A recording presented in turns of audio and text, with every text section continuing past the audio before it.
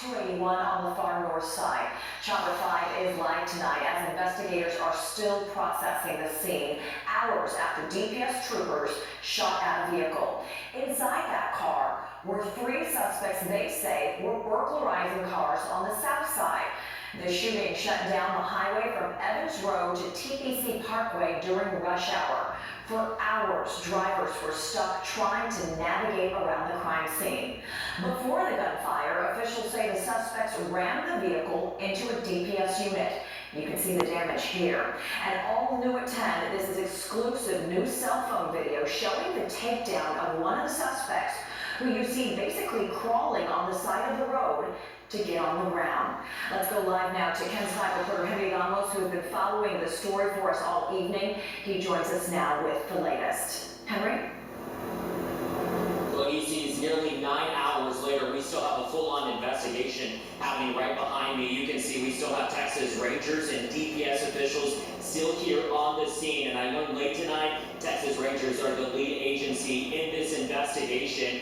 The other big factor here, though, as you mentioned, ACs, is traffic. Chopper 5 over on the air right now, just giving you just that vantage point, just to show you the magnitude of the backup. And it's been like this for hours. As you can see, drivers are having to slowly go here along the access road, and it's been like this for several hours. But now I want to get you to what led up to this earlier, as to here as we are right now.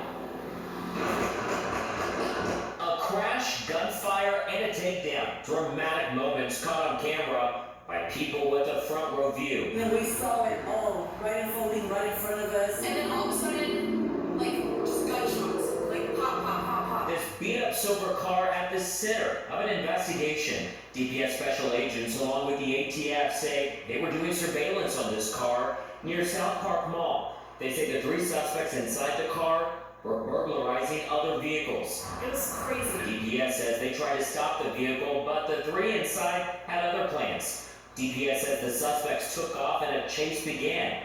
Then officials say the driver ran into a DPS marked unit, and that's when troopers started shooting. You can hear several shots here. DPS says the vehicle was hit, all 3 suspects were taken into custody, and you see one of the suspects here crawling, getting to the ground as troopers place him in handcuffs. No word on the age of the suspects, but witnesses say they looked very young. And then you'll have some moms say, "Ay, pobrecito, Benito, you know, he was a good boy." No, if you don't start discipline at home, that is what's going to happen. And you're endangering not only my life, her life, everyone's life, but our officers. All right, back out here live. Let me step out of the way. Let me show you exactly what's happening right now. We've got some movement here. You can see a tow truck just arrived, and on that bed right there is that suspect vehicle. Look how badly damaged it is. You see that they've actually got a cloth on the top of it, but on the side of this, you can see where it was rammed. That is the suspect vehicle in question. A few things, though, not clear tonight. If the suspects inside that vehicle fired at the officers, we don't know if they had any weapons. What we do know is, again, that 3 of the suspects are in custody, and one was sent to the hospital with minor injuries. But DPS making it clear, and they don't know that person was injured either by the gunfire or the crash.